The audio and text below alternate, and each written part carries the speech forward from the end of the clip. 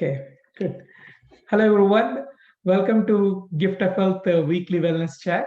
I am Dr. Arjun Rayapudi, and this is my lovely wife, Dr. Shobha Rayapudi.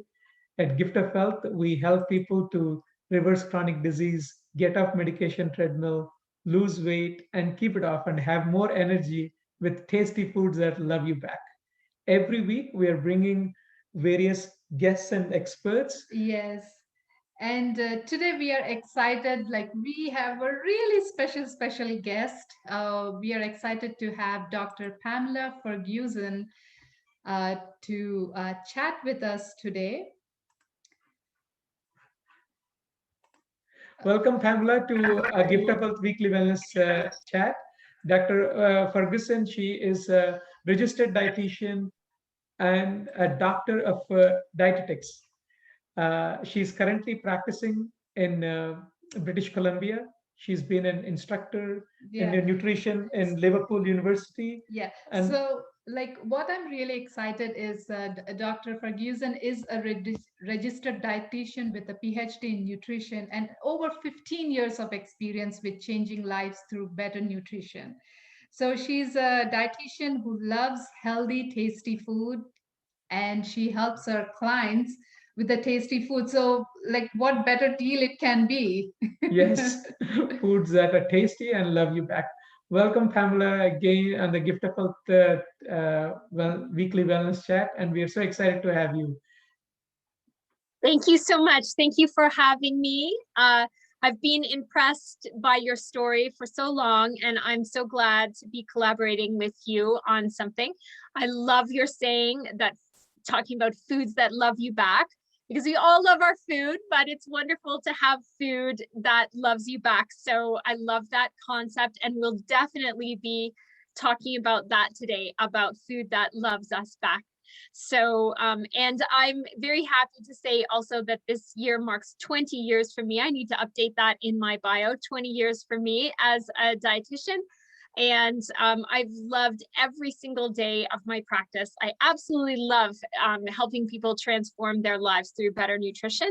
And what better way to optimize your health than through a plant-based diet? So I'm really happy to be here talking about this with each of you today, and what a privilege. Thank you. Thank you, Pamela. So, as a dietitian, like you have come across many diets out there, whether it is a keto diet, paleo diet, Mediterranean diet, plant-based diet, or animal-based diet. So, in your experience, what do you think, like which diet gives you the maximum nutrients? Like if we are concerned about nutrients or about our health, like what do you think in your experience is the best diet out there? Thank you. This is such a great question. Now, first, I want to take the word diet and break that down into two different concepts. So one way that we can talk about diet is the idea of going on a diet. You're trying to lose weight, and so you're dieting for a period of time. And I think statistically in Canada, just about every adult has at least been on a diet once where they've tried to lose weight intentionally by following a dietary pattern. And if what you're looking for is to lose weight, to be honest, actually, most diets do work short term. So whether you're following keto or, tracking your macros or you're tracking your calories, whatever diet you're following to lose weight, usually short term that will work. The problem is this: number one, most of us can't follow these diets long term because we get bored of tracking or, bored of keto, we don't feel good, whatever, and we go off plan. And so the problem is finding something that will work long term. So then we come to the other concept of diet. Now, this is really a dietary pattern, a lifestyle, a way of eating that you will follow for the rest of your life. This is the way we eat. And in that way, what we're really looking for is something you can stick with, something you can enjoy, and something that is going to give you not just short-term weight loss, but long-term health gains. And here, really what we want to see is a dietary pattern that is high in fiber. That's one of the most important things, is fiber. So I think only about, sometimes I say 3%, sometimes I see 5% depending on the study, but only about 3 to 5% of Canadians actually meet our fiber requirements. If we just fix this one problem and everyone met their fiber requirements, honestly, I could probably just retire as a dietitian, because we would all be eating so well. And Pamela, I just Yeah. want to add there. I think I can also retire as a general surgeon and endoscopist, because that is a big problem we see in our practice as well. Like people not Right. eating enough fiber, and when we Yes. take the dietary history, notice that many people are getting barely 10 to 15 grams of fiber in a day. That's right. It's so you and I can pretty much go out of business if people meet their fiber requirements, daily fiber requirements, Exactly. isn't it? It's actually so much more simple than what we make it out to be. In some ways, when we look at diet, I hear so often people think nutrition is so confusing. Actually, just take home this one idea. If you take home this one idea from what I'm talking about today, and just really resolve to meet your fiber requirements, then you will improve your health in almost every way. You'll improve your digestive health. You'll probably improve your mental health as well, because our microbiome, our digestive health, and our mental health are very connected. You will reduce your risk of cardiovascular disease, one of Canada's biggest killers. You will reduce your risk of diabetes. You will reduce your risk of many types of cancer, in terms, including cancers of the digestive tract. So with this one change, you will really do so much to optimize your health. So I think, so we want to be looking for a dietary pattern that is high in fiber. And the great news is that fiber only comes from plants. So that's one area where a plant-based diet really shines, because if you are eating a balanced and varied plant-based diet, you really can't miss except to meet your fiber requirements. It's almost, I'm going to say it's impossible. If you're eating a mostly whole food, plant-based diet from a variety of sources, I think you cannot help but meet your fiber requirements. And there I'm talking about the 4 plant-based food groups. So I would say fruits and veggies, starchy vegetables and grains, protein-rich plant-based sources like beans and lentils and soy, and meat alternatives fit there too, and also nuts and seeds. So if you're choosing from all 4 of these groups and getting a variety of foods from each one, then you are really going to find that you are really meeting and even possibly exceeding your fiber requirements and getting so much benefit. So that's the first thing about a plant-based diet. It's a winner when it comes to fiber. In fact, you can't lose. Okay, so that's number 1. Number 2 are all of the antioxidants, phytonutrients that you're going to be getting, which are disease fighting actually. So when you're eating a diet that is rich in particularly fruits and vegetables, now the Canadian government has really improved the food guide. A couple of years ago, they put out a new food guide. I was so happy to see this. And they are recommending that all of us, no matter how we eat, that we're getting half of our plate from fruits and veggies, okay? So, and also choosing plant-based sources of protein more often. But they're saying half your plate from fruits and veggies. That may seem overwhelming at first. You may think, oh, I can't afford that, or that's too difficult to do. How am I going to do that? I would say, remember, it doesn't need to look like that you look down at the plate and half of it is covered in salad every time. Sometimes it might look like that, but you could have a side salad, but you could also start with a soup. I love doing that. I love making a nice rich soup with lots of veggies. I'll make that up at the beginning of the week and eat that during the week as a starter before my meal. Or I'll put out some cut up fruits and veggies on the middle of the table. So some, carrots and celery with some hummus to dip on middle of the table. I'll also look at the recipe that I'm making and say, can I double the veggies that are in this recipe? Because often you can, you'll be able to, you're making a pasta, you're making a lasagna, you're making a curry, you can double the recipe amount of veggies. That's another way, because all of those veggies count. Start the day with a fruit smoothie, perhaps, that counts. Switch out, have dessert more often as fruit. That also counts. Snacks, try combining fruits with some nuts. That also counts. So this is another big win for a plant-based diet, is the fact that it's so rich in antioxidants. So there are several ways that I would say a plant-based diet really shines out compared with all of the other diets. I will say, when we look at the epidemiological evidence, looking at population-based studies, there are advantages to being completely vegan compared to being vegetarian or pescatarian or Mediterranean. But I will say that the advantages do decline as you get closer and closer and closer to plant-based. So don't let it be that you're saying, oh, I could never go completely vegan, so I'm just going to forget about it and eat the way I was eating before.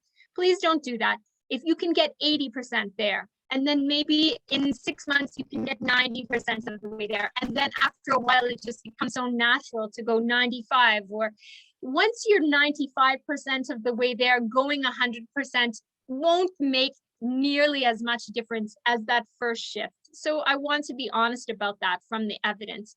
Yes, a plant-based diet is absolutely, I think, the strongest in terms of our nutrition, but getting 90–95% of the way there is pretty good. So don't let yourself think, don't let the perfect be the enemy of the good, is the saying, you know, just get as close as you can and then worry about the rest later.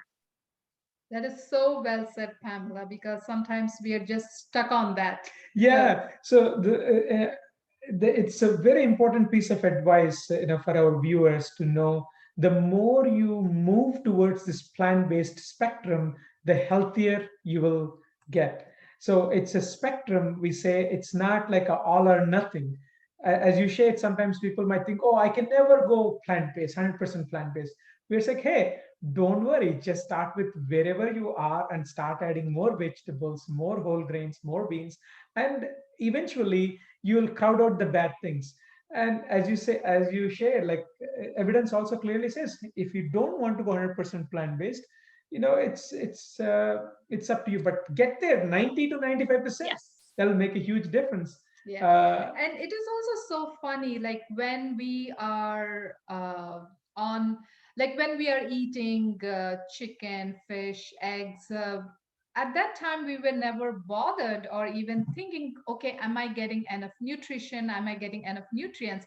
But all of a sudden, when we think of switching to plant-based diet, all these questions about nutrition's come, and yeah, and many people are worried. Hey, will I get enough nutrients on a plant-based diet? And with your expertise being in dietetics, so we wanted to address some of the questions. Actually, there is a question from one of the viewers. They were asking, hey, what is the daily fiber that we recommend? So, do you have any comments on that? Like, what is the recommend daily fiber intake, and does it need to be soluble or insoluble? Good question. So I'm going to go from my memory here, and I may be off by a couple grams here or there, but I'm remembering that I think it's 25 grams for women and 36 grams for men. I could be off by a gram or two, but that's more or less. Please do double check afterwards, but that's more or less where we need to be. And does it matter soluble or insoluble? Just a mix. And I don't really want you to worry too much about that. For most of us, we don't need to worry, particularly if you have certain health conditions. Your doctor may specifically advise more soluble or more insoluble fiber. But generally, when you're eating a variety, and this comes back to this concept of variety of plant-based foods, there's a doctor whose name on Instagram is Gut Health MD, I think, and he just came out with a big book, the Fiber Fueled. That's right. He goes by Dr. B. Dr. B, exactly. Yeah. That's him. And Yeah. he's really pushing this piece of research that came out this last year, that if you are eating at least 30 different plants each week, that's the sweet spot for optimizing your health. Now, that doesn't have to mean 30 different fruits and vegetables. That may seem overwhelming, but it includes all plants. So all the different beans, lentils, nuts, seeds, grains, fruits, veggies that you eat in a week. If you can try and get 30 different ones, because variety is so important, okay? So then when you're getting that variety, you'll be sure to be getting enough fiber and a mix of soluble and insoluble fiber. I will say I have been working with a lot of clients lately, advising that they take some psyllium husk. So this is particularly for people who are really struggling with IBS or really struggling with persistent high cholesterol. I've been encouraging them to have a bit of psyllium husk. You might have heard or seen psyllium husk before because it's the main ingredient in Metamucil. So you might sort of think, oh, I don't want that because that's a laxative and it's something my grandmother took or something, and we associate it with this bright orange drink that we think is very chemically. But actually psyllium husk itself, which you can buy, I think at any health food store will sell psyllium husk. And it's really just the husk of a seed. And so if you're looking for a really good source of soluble fiber, I think that's a really nice one. It's very good if you have high blood pressure, if you have high cholesterol, if you have IBS where you're having frequent loose stools. Psyllium husk can help because it's a wonderful soluble fiber that helps bind everything together and will help clean your blood of that high cholesterol. So that's a plug for psyllium husk, but generally speaking, a mix of foods from a wide variety, that again, the nuts and seeds, the whole grains, the starchy vegetables, the fruits and vegetables, and the pulses, beans, lentils, soy foods. These are the places you want to go for a wide variety of types of fiber. I think you might be muted. No, sorry, wonderful summary. Like, no, we when we share this advice on fiber, some things that we share that that really help nail more on the importance of fiber is just increasing 10 grams of fiber per day cuts down the risk of breast cancer by 10% and cuts down the risk of strokes by 10%. And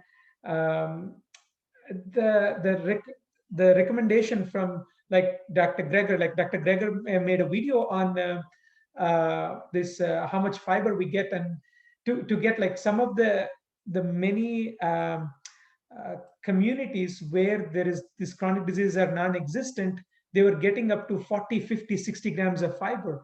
So for fiber, there is no maximum cap. And, we recommend you get at least average around like 30 grams of fiber and increase gradually. Like some people, we find that when they are not eating enough fiber, like when they're not used to eating enough fiber, like if they're getting barely 5 to 10, 15 grams of fiber, if you go to 30 grams of fiber, you may have a lot of bloating and indigestion. But so we go like gradually, like Yes. so that makes a big difference. Absolutely. Yeah. And even like when we embark on plant-based journey, like one of the common concerns is, oh, am I going to get enough iron or enough calcium? And like there are a host of other things. All kinds of nutrients that people get concerned about. Yeah. So how do you address this question with your clients? Like, will I get enough iron, or will I get enough calcium, or will I get enough zinc? Or yeah, this goes on. Pamela, your voice is breaking. Actually have a few slides prepared, okay, go ahead. which I think can take us through some of these key issues. Sure. I'm going to jump straight into iron because I know that's one that's been on the minds of some of your members. So we'll jump straight into iron, and we'll also talk about calcium. And if we have time, we'll also touch on protein. But I want to go straight to iron because I know that's one that's been an issue.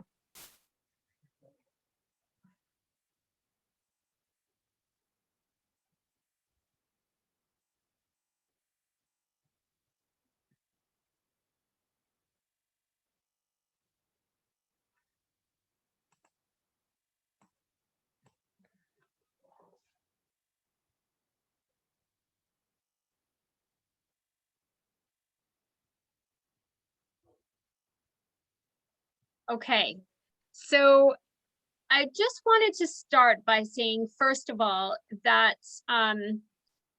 vegans and vegetarians do not really consume less iron than people on an omnivorous diet do. So that's one common misconception. There's a common misconception that vegans and vegetarians, that our diets are lower in iron, and actually that's not really true.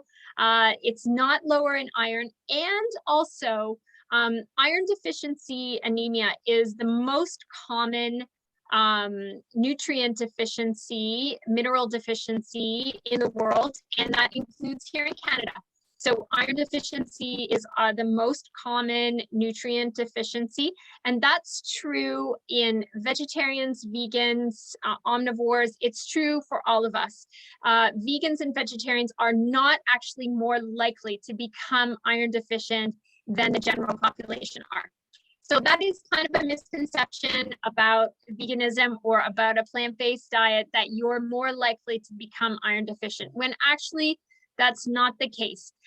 Here's a piece of research comparing 3 different studies and the iron intake from people who were not veg, for people who were lacto-ovo-vegetarian, that's what the middle one, the LOV means, and then vegans.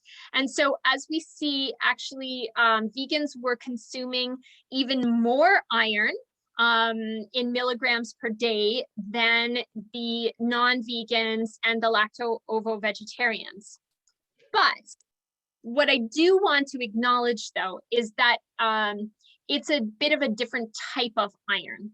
And that is something that we should understand and acknowledge. So even though vegans are consuming more iron, the type of iron that is in plant-based foods is called non-heme iron. Whereas in animal products contain both types of iron. They contain the heme iron and the non-heme iron. But our bodies do use heme iron a little bit more easily. So I do encourage people who are following a plant-based diet to consume a little extra iron compared to their family and friends who are on an omnivorous diet. It's good to consume a little bit more because we know we won't absorb quite as much. There are a few tricks to be able to help us absorb iron a little bit better. So I'm just going to talk about that a little bit. I'm going to come back to this.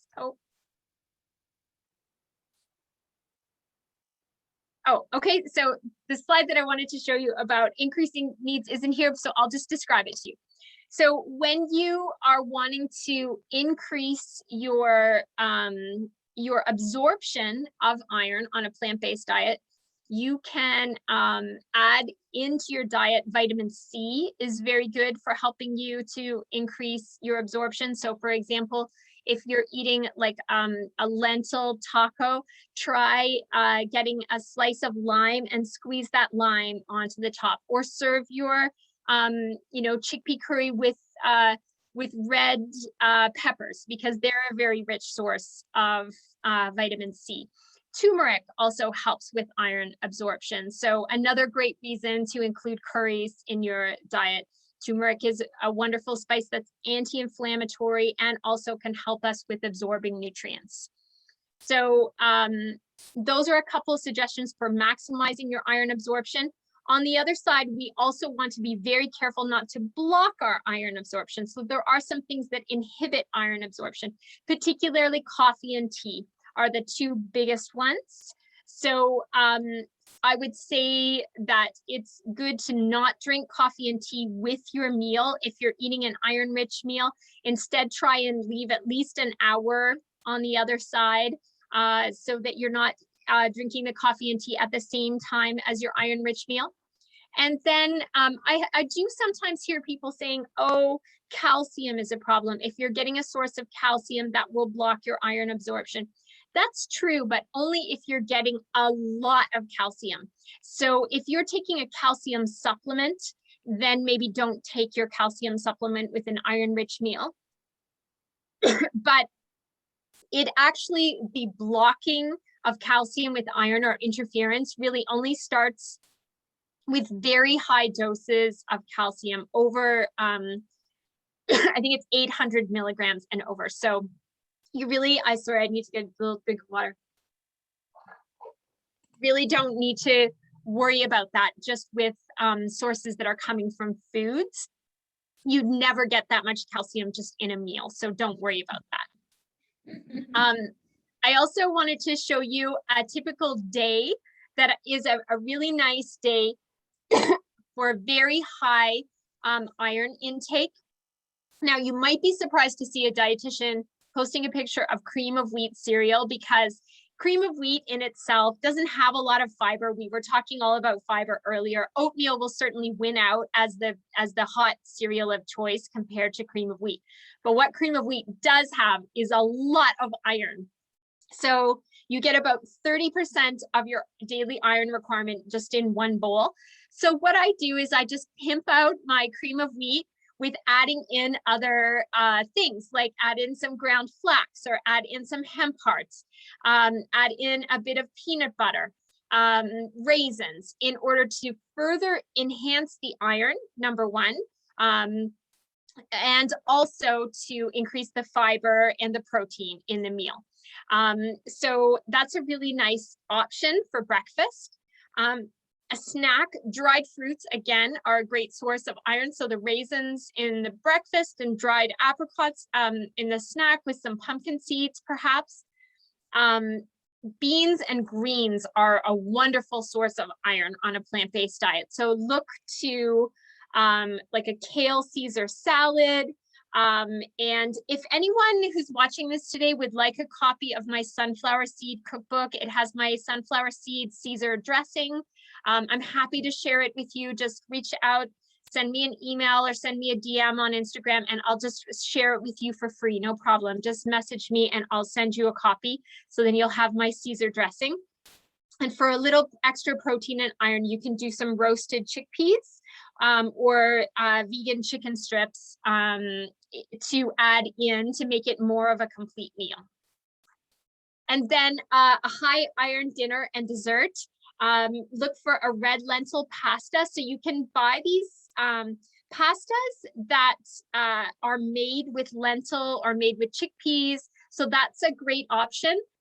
With a vegan pesto. I love that with the pesto, with the lemon in the pesto, and you can make vegan pesto so easily. If you ever made pesto before using Parmesan cheese, you can switch out nutritional yeast instead and make a pesto. I love making my pesto with hemp seeds or with sunflower seeds or almonds. You don't have to use what's the traditional one? Pine nuts.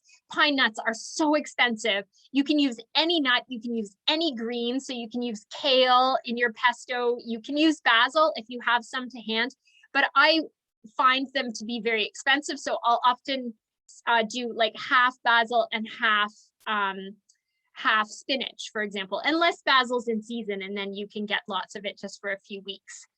And then a dessert. Now, this is a bit more of a decadent dessert. We talked earlier about choosing to have fruit for dessert more often, and that's great. But if you're looking for a dessert that is very iron rich, blackstrap molasses is very rich in iron. And I have also a recipe for gingerbread cake, which uses a whole cup of blackstrap molasses. It's very rich in minerals, including iron. So if you like the taste of blackstrap molasses, you can mix them into your oatmeal. You can make dessert with it. You can use it as a sweetener in things, and that will be another great source of iron. So those are some fun ways for on a typical day to get iron in your diet on a plant-based diet. That's wonderful.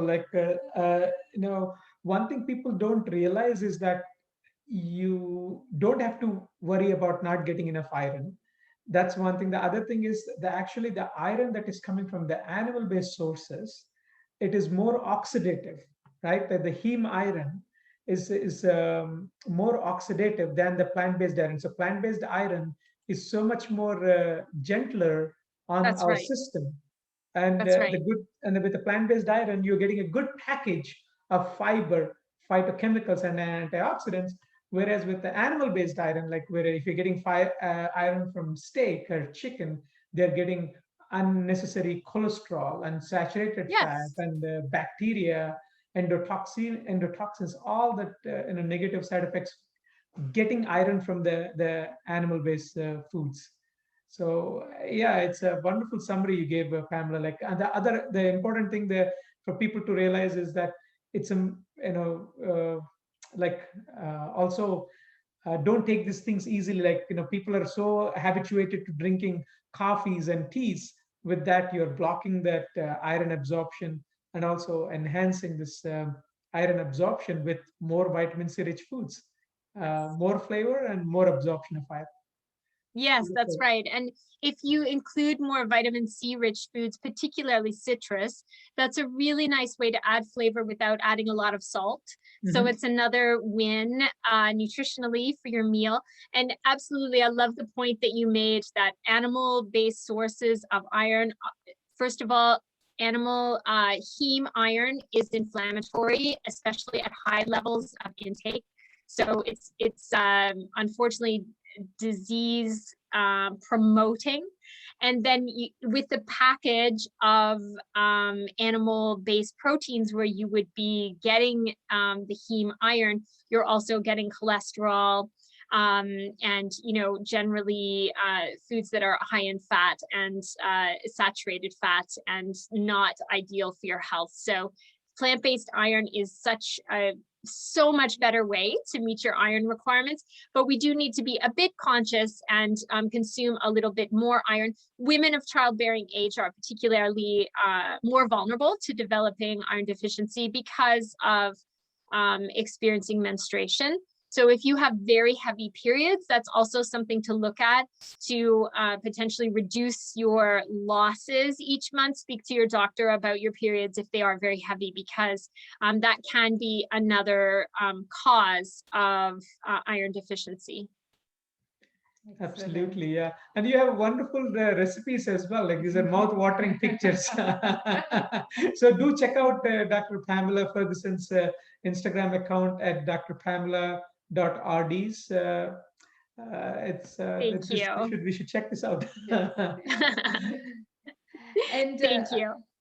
while you're here on iron, so would you like to address calcium as well? Yes, I'll speak about calcium. So I will say it is actually possible to meet all of your calcium requirements on a varied plant-based whole food diet without any fortified foods. Calcium is very well distributed across a plant-based diet. Beans are good sources. Tofu is a good source, mostly because of the way that tofu is made. Soybeans themselves are good sources, but when you make tofu, they use calcium in the process of setting the tofu. And so calcium is, you can find very good amounts of calcium in tofu. Nuts are good sources, particularly nuts and seeds, particularly tahini. Sesame seeds is a wonderful source. I make a lovely tahini dressing that I use on a lot of my salads or bowls or sandwiches, or I use it as a dip. So it's very easy to make. Just 2 parts tahini, so maybe like half a cup of tahini, 1 part of water, so maybe a 1/4 cup of water, juice of 1 lemon, 2 cloves of garlic, and a pinch of salt, and just blend that up in your blender. And it will last easily for a week in the fridge. Just make some. It takes less than 5 minutes to make that on the weekend. Have it ready to go in the refrigerator. Just pour a bit of that on top of some of your salads or bowls or sandwiches. Use it as a spread, and you will really be getting a lot of calcium from that. And greens are another great source. Greens are a good source of just about everything. You pretty much can't go wrong with adding some more greens to your diet. Kale particularly is a great source. Collard greens is another good source. And the good news about plant-based sources of calcium, particularly greens, is it's the opposite that we heard about with iron. We heard that animal-based sources of iron are a little more easily absorbed by the body. It's the opposite with calcium. Calcium plant-based sources are more easily bioavailable and absorbed by the body, particularly greens. So when you eat green vegetables, most of the calcium that you consume, you will actually absorb. So that's absolutely wonderful compared to animal-based sources, which are not as easily absorbed. However, even though I will say it's possible certainly to do the whole thing on a whole food diet, I actually recommend for most people that they have 1 cup of fortified plant-based milk per day, unless you're being very careful to consume a very wide variety of plant-based sources. If you have 1 cup of fortified plant-based milk per day, I've put soy milk here, but it could be oat milk, as long as it's fortified, whichever one you like. That just makes it so much easier. You'll meet about 1/3 of your requirements from just 1 cup each day. So then it's so much easier to meet the other 2/3 of your requirement from food, from other whole food sources. And if you don't really love drinking cups of milk as an adult, some adults don't really want to drink a cup of milk, maybe use it in like a drink, or use it in a smoothie, or use it in a sauce, use it in your cooking, if you don't want to drink a cup of it. So basically, if we focus on the beans and greens, we pretty much get All the nutrients. all the nutrients that That's right. Yeah. So whether you take it iron and the calcium, or other nutrients as well, and this is an important point that you shared, that you don't have to worry about not getting enough calcium, because the plant-based sources of calcium are also more bioavailable Yes. compared to the animal-based sources. And that's a delicious recipe. We should try that tahini dressing. Oh yeah, you will love that. Honestly, it's really, really delicious. Yeah. Wonderful. Yeah. So there are a couple of questions from our viewers here.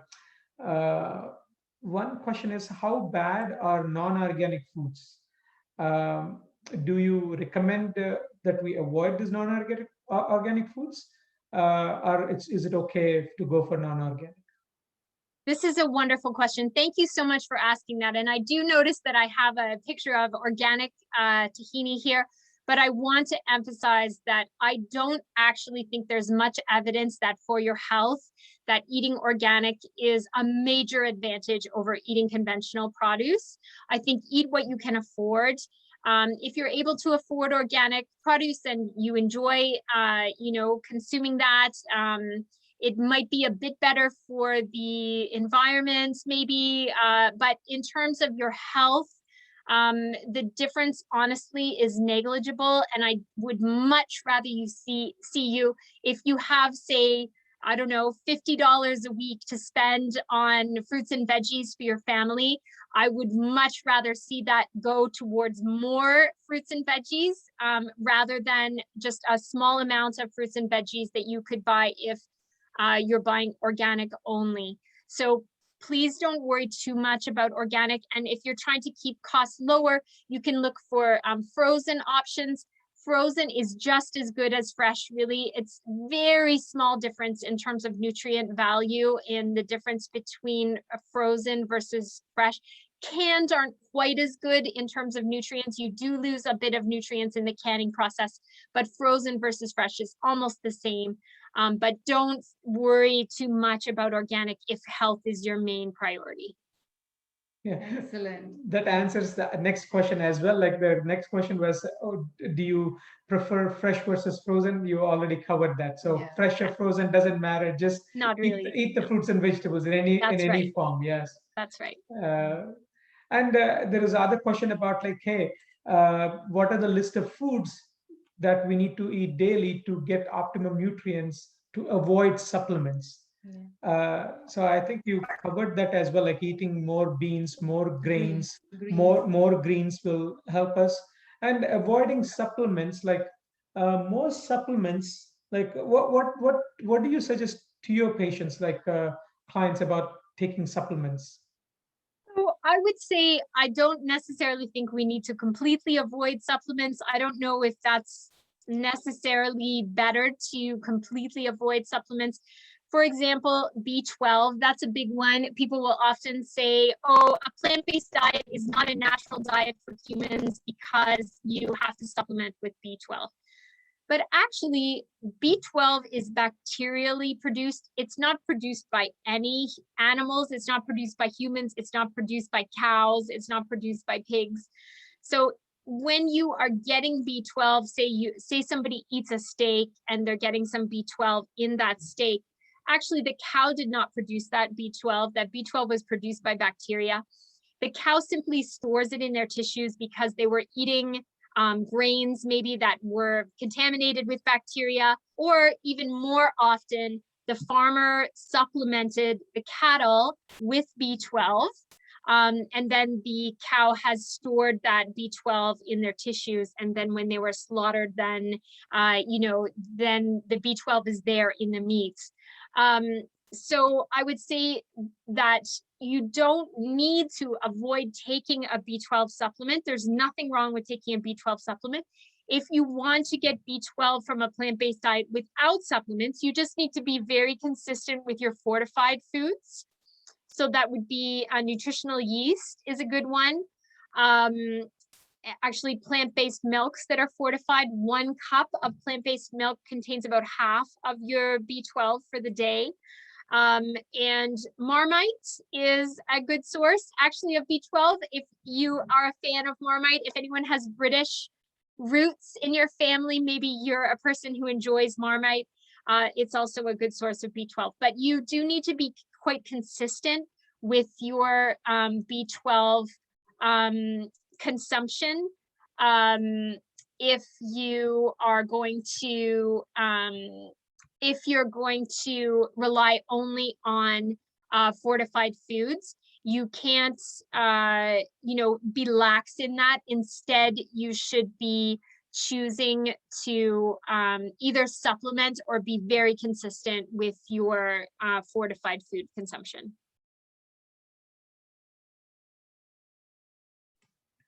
Yeah, wonderful. I don't think we were muted. Yeah.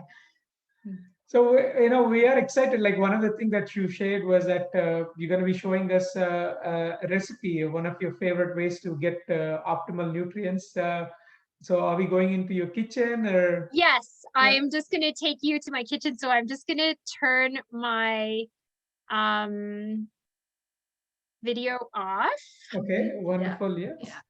So while Pamela is setting that up and she's moving to a kitchen, let us know if you have any more questions for Dr. Fergusson. And this is a rare opportunity to have a dietitian and a doctor in nutrition with so much vast experience to answer these questions. And also share this with your friends, and give that like and love, so that more people can know about this all this information, the vital information that can help them to transform their health. Yes. Yeah. Yeah. So yeah, we see Pamela Okay. in her kitchen. Okay, there we go. Can you hear me okay? Yes, that's good. Yeah, we can see you. Okay, Wonderful. Yeah. Okay, good. Excellent. So we're here in my kitchen, and I'm just going to make a really easy smoothie that I frequently make for my family. And this is just a berry smoothie. It's as easy as can be. So this is some fortified soy milk. Now, this is not a completely unsweetened soy milk. This is the original. So it does have a bit of added sugar, but you can buy the one with no added sugar as well if you prefer that. But this one is sort of in the middle. There's like the unsweetened, then there's the original, and then there's the ones that are like chocolate or vanilla flavored that have a lot of sugar. So in our house, Pamela, like that's the one that our son likes. So the same brand That's that you right. have. Yeah. So we have Yeah. that. So every time we go to grocery shopping, we get some that are original like this, and we get some that are unsweetened. So yeah. That's right. And I think we do need to, or, you know, you do whatever works in your household, but I would say in my household, I have kids. And so I do like to cater to their taste somewhat and make sure that they're enjoying the food, right? So I'm just going to really, you know, pour in about a cup of plant-based milk. And then I will show you how I like to keep my smoothie bananas. So I really like my smoothie bananas to be very ripe. So these are like some nice, really sweet, ripe, spotty. They're not even spotty anymore. I think you would just call them brown. So I just will open this up. And let's just see if I can turn this so that you can better see what's going on. It's much better view. Yes, Yeah. We can. Yeah, Yeah. there we A little go. bit lower even. Perfect. Yeah. This. That's good. Yeah. So I'm going to be putting my banana. This is a very ripe. You'll see it just like falls out because it's so ripe. I'll put my banana in here as well. And then I'm going to take some ground flax and give a good generous amount. Now I switch it up. Sometimes I'll put in chia seeds, sometimes hemp hearts, sometimes flax. Today I'm going with flax, and that's probably a good couple teaspoons, maybe even a tablespoon there of ground flax. And I've got a nice heaped tablespoon of peanut butter here that I'm also going to add in. So I like to be nice and creamy and extra protein. And then I'll get my berries.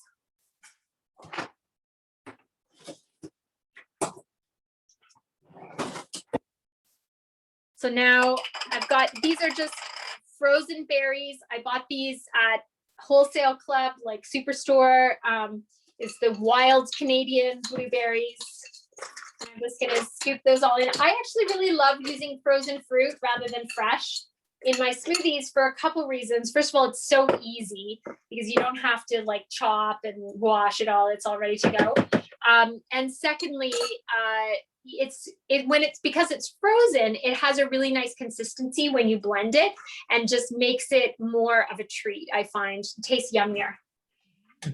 So I'm going to blend this up. And I do think if you're setting up a kitchen, a plant-based kitchen, I do think getting a good quality blender, if you are able to afford one, I know they are a bit pricey, but I do think it's something that makes a big difference. You can make your own hummus, smoothies, sauces, dips. I use mine every day for sure in the kitchen. It's such a workhorse, and I would say it is worth probably spending that extra money to get a really good quality one if you're able to. So I always start low because if you blend on high right away, then it just goes and makes a huge mess. So start low.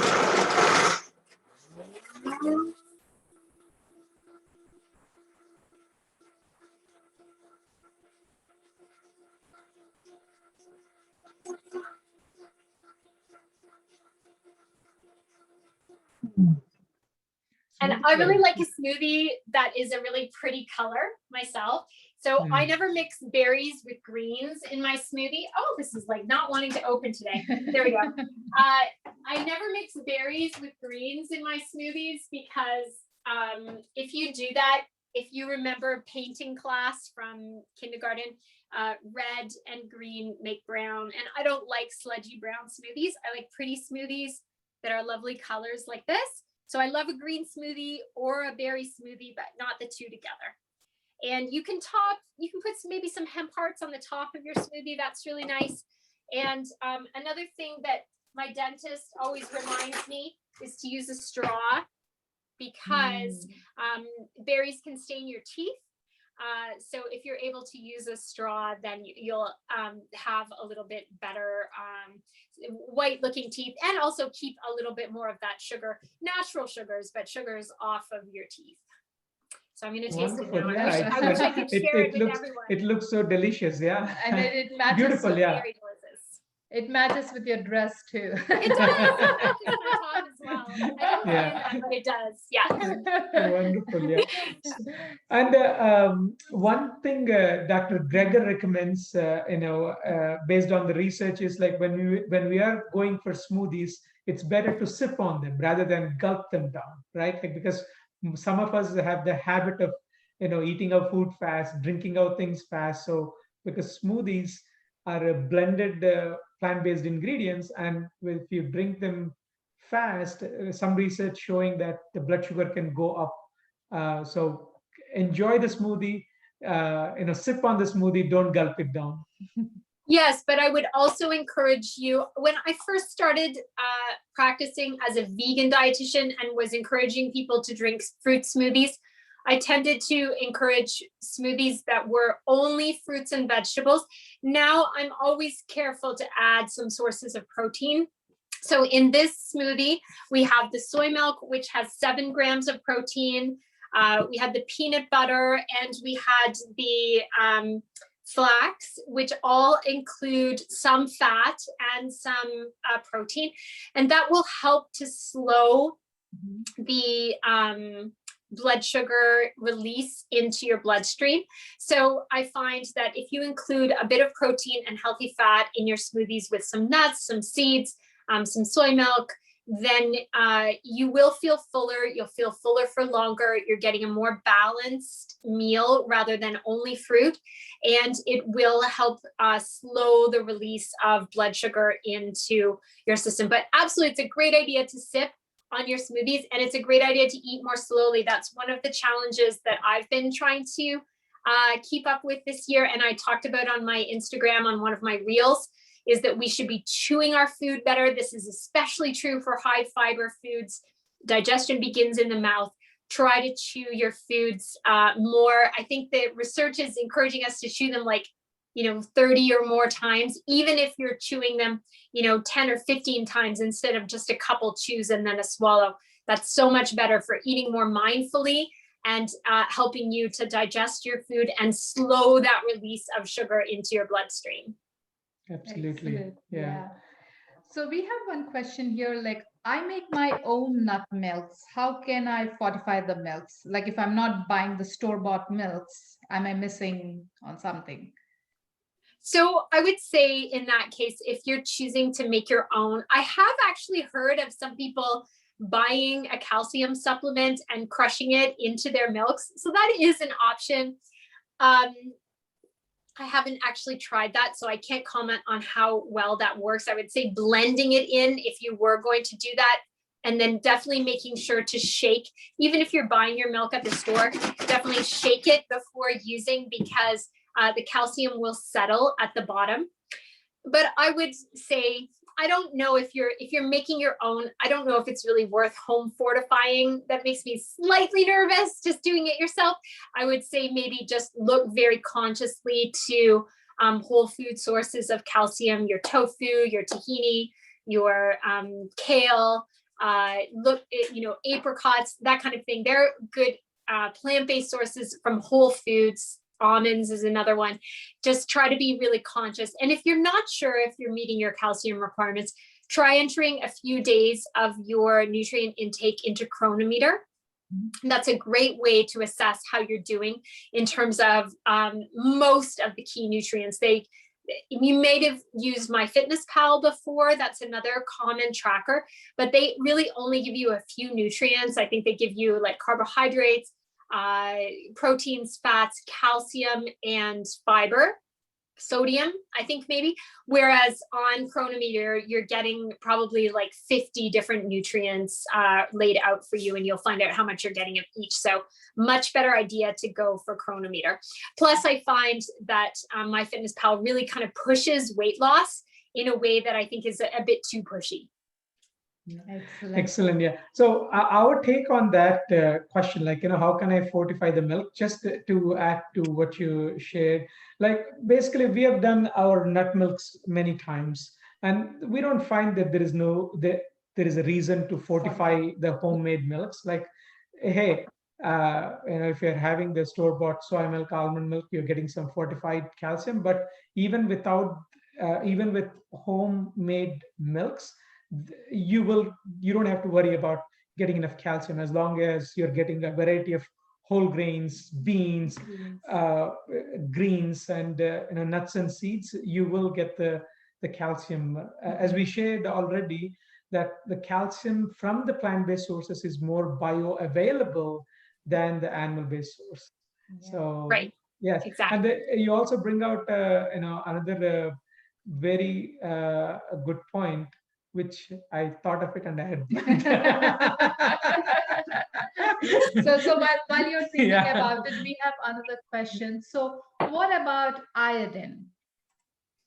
Very good question. So a plant-based diet, we don't get tons of iodine from a plant-based diet.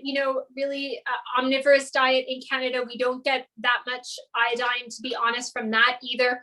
That's one of the reasons why salt is iodized in Canada, because it is a nutrient of concern for Canadians where deficiency can often occur.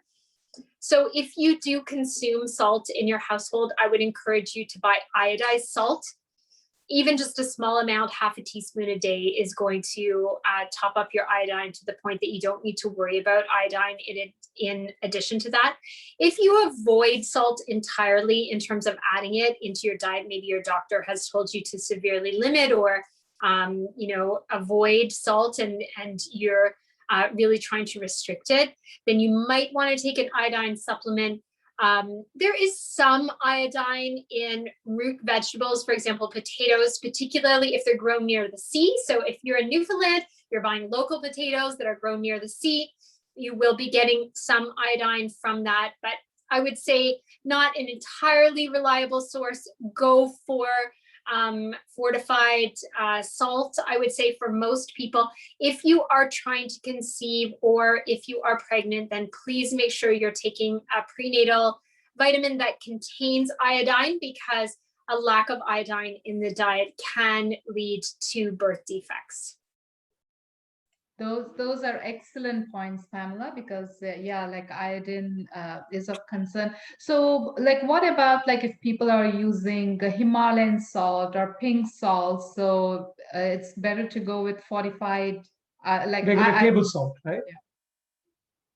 Yes, so there's many different types of salts now. Salts have become really a trendy thing. There's the Himalayan pink salts, there's the gray salts, there's the smoked salts, there's the sea salts, there's the kosher salts, so many different types of salts, but almost none of them are iodized. Really, it's just your bog standard table salt that is iodized, and I'd encourage you to buy some. If you really like those fancy salts, a nice compromise can be to use iodized salt in your cooking, and then put your grinder of pink Himalayan salt on the table, and just for a little extra flavor at the table, you could grind a small amount of pink salt onto your food at the table. So that's fine for people who aren't trying to severely limit their salt intake. Excellent. Wonderful. Like Bernie says, thank you for the tips. And Robert is saying that in their they put kelp and seaweed in the potatoes and the vegetable garden. So kelp and seaweed is one of the best source of nutrients. Yes. It's a great, Absolutely. And that is another option. So you can buy the dried kelp or dulse. You can shake that onto your food. That's a wonderful source of iodine. Or if you can get it fresh, which of course you're in Newfoundland, that's something that we don't see that often here. But if you're eating that regularly in your diet, then you don't need to worry about iodine. Okay. Wonderful.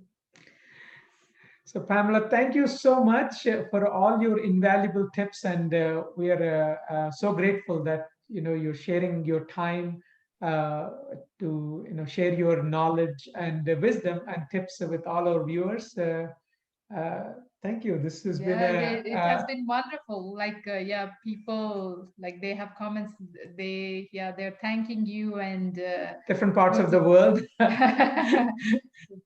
Wonderful. Well, thank you so much. I really enjoyed being here today, and I'm very happy to come back anytime. So very happy to work with you and to meet each of you. And definitely, if you're watching, follow me on Instagram, drpamela.rd. Reach out to me if you'd like a copy of my sunflower seed cookbook. I'd love to hear from you. Or if you ever have any questions, just reach out to me anytime.